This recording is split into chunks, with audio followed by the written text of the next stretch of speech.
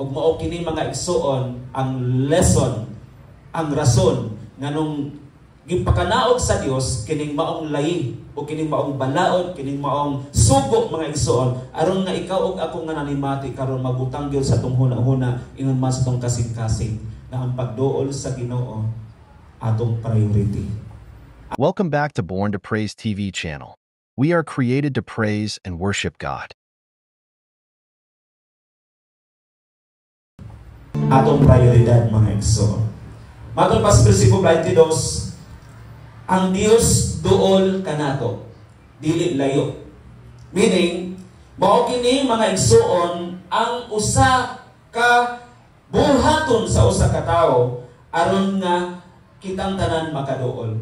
Wala nag-ingon diha mga igsoon sa bersikulo 22 na sa atong pagduol mulupad kita. Unsa may atong pako nga ato ang gamiton aron ta mulupad? Di ba?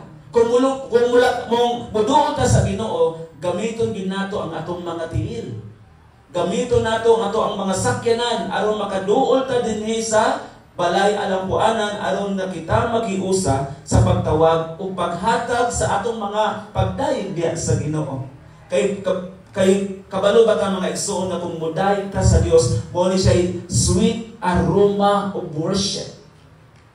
Baling pagkatang-isa, baling pagkaninduta mga igsoon, paminawon kini sa Dios ang tingog sa iyang makanakan.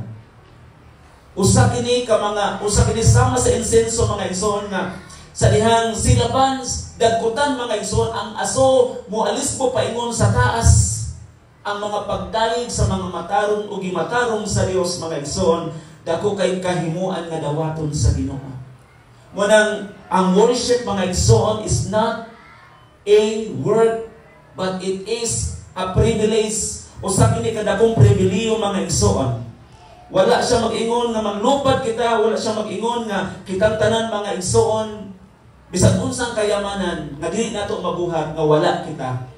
Apan nagsugo ang Ginoo nga makabuhat kita sa mga butang nga atong buhaton nga ang tanan nga mga kayamanan nga naa kanato gamiton sa Dios buhaton tungod kay ipabuhat sa Ginoo dili lisod ang ipabuhat sa Ginoo kanato ng igsoon.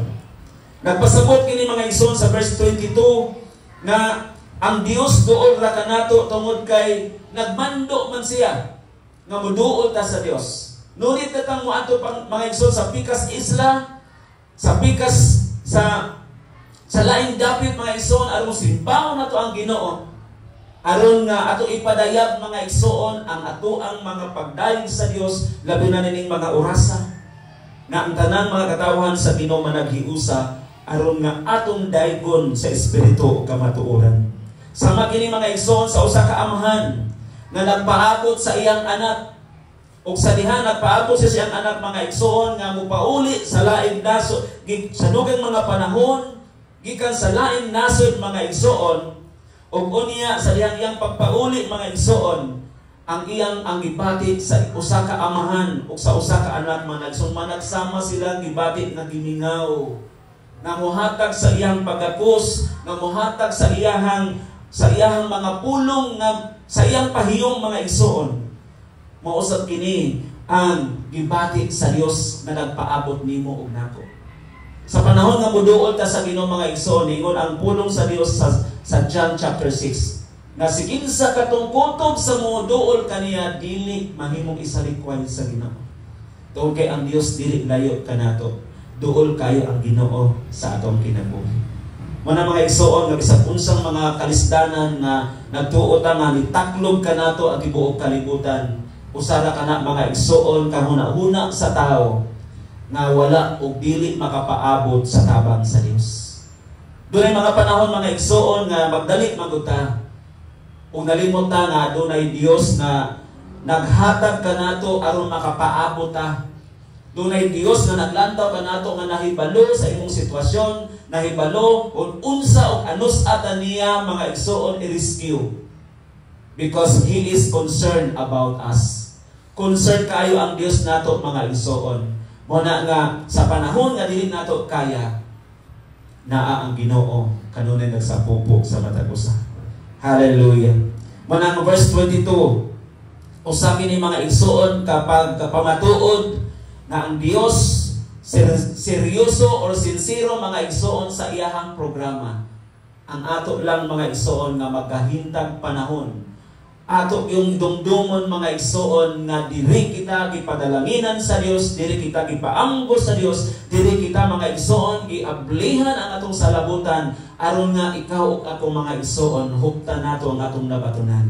Aron ang kaaway mga igsoon dili makakuha sa ato ang karon nga naabutan nga atong naangkon. Hallelujah.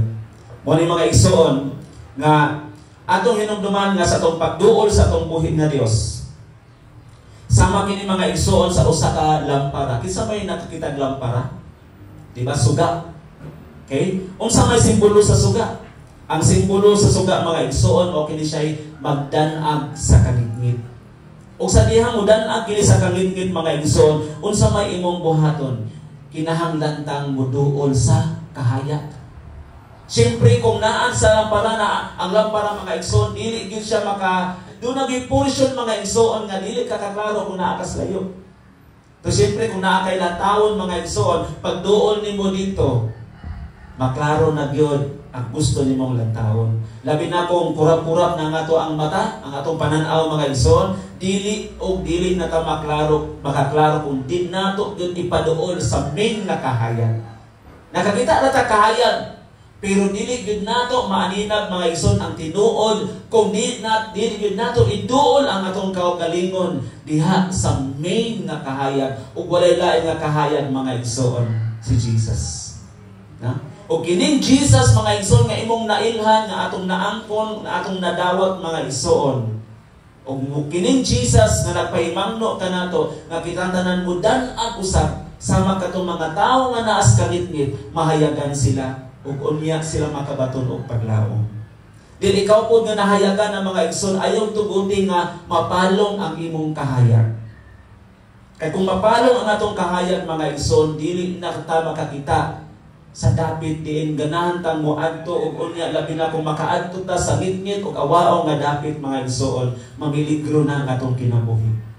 Kay mas maayo kung naa na tay suga mga igsoon bisan mulakaw patas ka ngitngit, mudan-ag gyud ang atong kahayag. Amen? So muna, ayaw tugutin nga mapalong ang imong kahayag. Ayaw tugutin mga igsoon nga bawat antas kahayag. Tugutan nato nga kining atong lana mga igsoon na akanunay sa atoa. Na akanunay sa tibok natong pagkatao. Kay panahon nga mo atakihon ta mga igsoon sa kalisdanan, dili na ta mapalong. Amen ba? No? Dili na ta mapalong. Tungod kay kanunay ta nag-absorb o unsa man ang kahayag or oil gikan sa Dios. Kining atong pagduol sa church mga igsoon, kining atong pagduol sa gamhanan o balaan nato nga Dios, usa kini nga makapadugang sa atong lana sa kainit sa atong pagpangalagad mga igsoon. Atong naging hinumduman nga sa Biblia matud pa nga gisulti o gisambingan ni Jesus Christ, adunay pulo ka mga dalaga. O kining pulo nga mga dalaga nagsimbolo ni sa mga katawhan mga igsoon, duha ka klaseng nangalagad sa Dios. Una, ang katuna mao kini silang mga alagad sa Ginoo nga ang ilang lana kanunay nga napuno ang ilang kupa sa lana sa kadasig. Aduna po lima mga igsoon nga mga danghag nga mga nangalagad sa Ginoo. Nindot kayo ng pagpangalagad sa Ginoo sa simula pa lang. Sa una pa lang nga pagpangalagad nila sa Dios. Apan nagkataon tungod kay napulaan na sila sa pagbalik-balik sa church. Dito wala na nila gamita mga igsoon. Even wala na nila sindihi ang lana. Then nagkahubas hangtod na wala sila sa church. Then naman na to ang awit ganihan. Kung sa gisulti sa awit ganihan. Lingon diri. Ginoo paminawa ang imong alagad. Ginoo ayaw itugot nga mawala ako. Ginoo ania ang imong anak. Ania ang anak nimo. Ginoo pasayloa ako. Di ba? Usa kini kaawit ni David mga igsoon nga naghatag kanato og mensahe natong tanan dunay mga panahon nga empty natong kasing-kasing. Adunay mga panahon, mga igsoon, nga nainjikanta sa mga karisdanan, sa mga pagsulay, na usahay mo talikudtas pagpangalagad sa Ginoo. Bisan wa nato nabuhat mga igsoon sa pagbuhat nato, pagbakyaw sa atong mga tiil. Pero ni kunsat sa atong mga pangunahuna.